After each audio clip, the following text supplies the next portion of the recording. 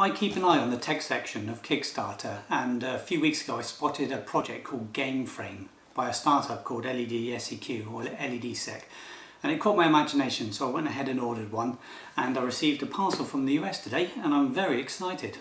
So let's take a look in the box.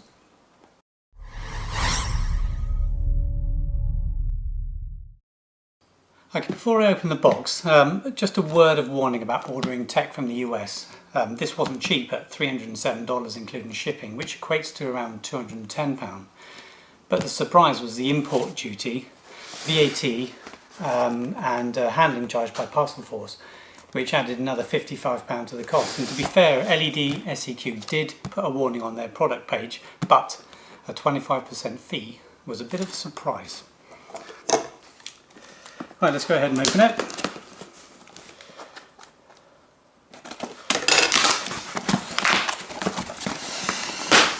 And we have a very well packaged box, quick start guide,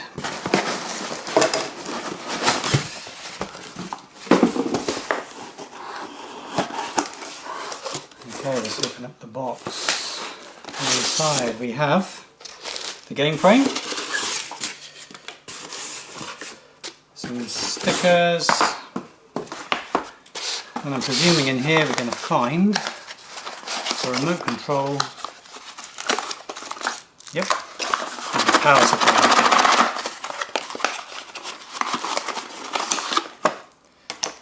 Yep, power supply with a US plug, so I'm going to need an adapter on that. No great shakes.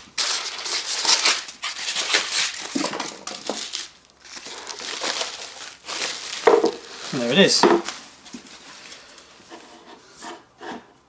the game frame. Now I went for the light coloured wood. You can choose it in light and dark.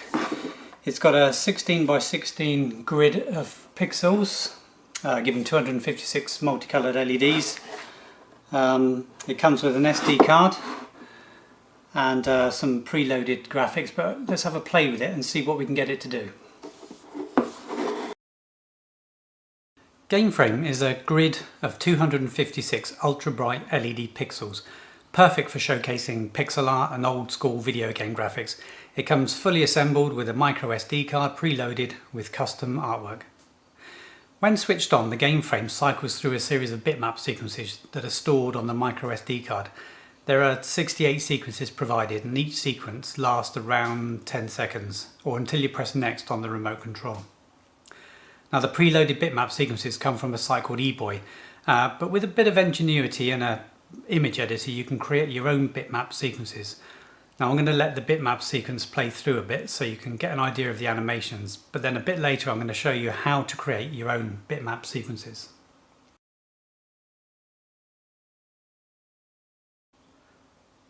Now the game frame comes with a couple of other distinct uses. One is a game. You just cycle through the menu until play appears, and you find yourself playing an old-fashioned 8-bit game of Breakout.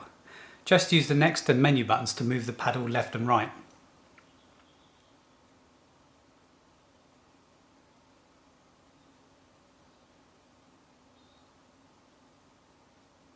Now the game frame also works as a clock. The first time you select it from the menu, you'll have to set the time, which is fairly straightforward. The second hand is a pixel which circles the frame every 60 seconds, and every 30 seconds, i.e. when the second hand pixel reaches the top left or the bottom right, a random animation appears.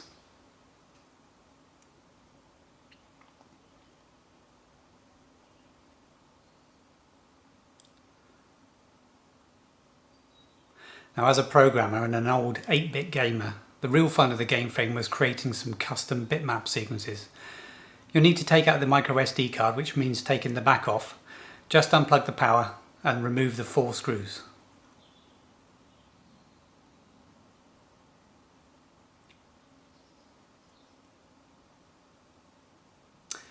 Then just pop the card out and put it into your card reader.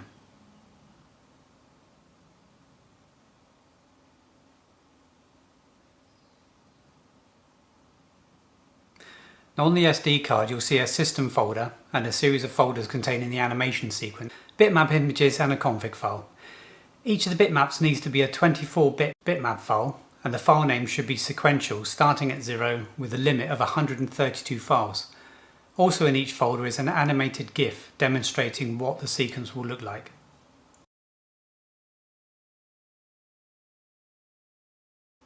It's also possible to create your own bitmap sequences.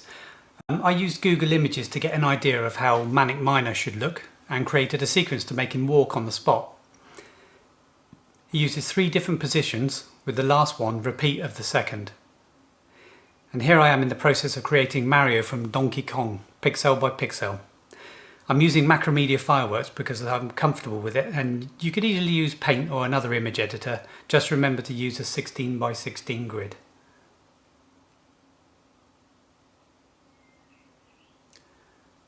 Then output the sequence in 24-bit bitmap format into a separate folder.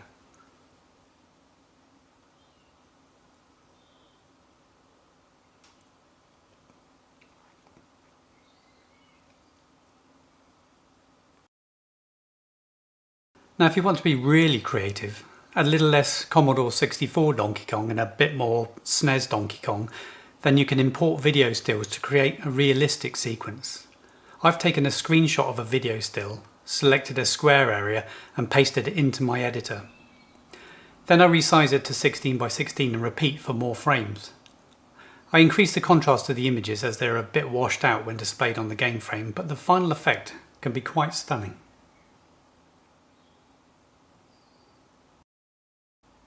Copy the exported sequence to a folder in the root of the SD card and copy a config.ini file from another folder. The config file is well commented and easy to understand.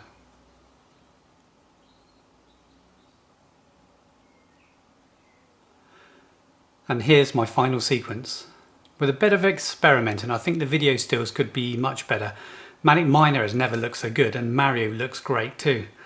And to round the sequence off, I created a DadTech logo and URL animation using 132 different bitmaps, each one as a slight adjustment to the background colour.